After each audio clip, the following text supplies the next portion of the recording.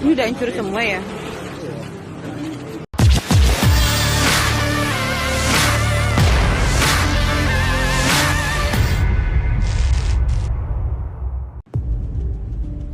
Video yang memperlihatkan oknum anggota ormas palak penjual susu jahe merah di Tangerang, Banten viral di media sosial. Berdasarkan penelusuran, video menjadi bahan perbincangan setelah diunggah oleh akun Instagram @info_ciledug. Dalam rekaman yang dibagikan tampak sebuah gerobak berwarna putih dalam posisi terjungkal. Payung gerobak penjual susu jahe merah itu juga tampak patah bagian penyangganya. Selain itu terlihat pecahan mangkuk berserakan di lokasi kejadian. Belakangan diketahui penyebab kerusakan gerobak penjual susu jahe merah itu disebut karena ditendang oleh oknum anggota ormas. Selain video, akun @info_ciledug juga memberikan keterangan tentang kronologi kejadian. Dilansir dari tribunjakarta.com, seorang warga membenarkan kejadian yang viral tersebut. Ia mengatakan aksi pemalakan kerap terjadi di wilayah tersebut.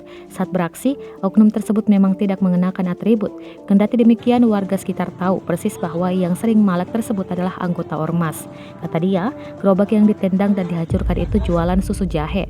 Sampai payung pemilik pedagang tersebut pun patah karena ulah oknum ormas. Dirinya mengaku kecewa dengan aksi oknum tersebut, apalagi dalam melakukan aksinya mereka mematok harga. Ketua Pimpinan Anak Cabang Organisasi Masyarakat Pemuda Pancasila Kecamatan Larangan, Suryadi, membantah oknum yang viral adalah anggotanya. Suryadi mengatakan oknum tersebut tidak terdaftar di dalam Ormas PP.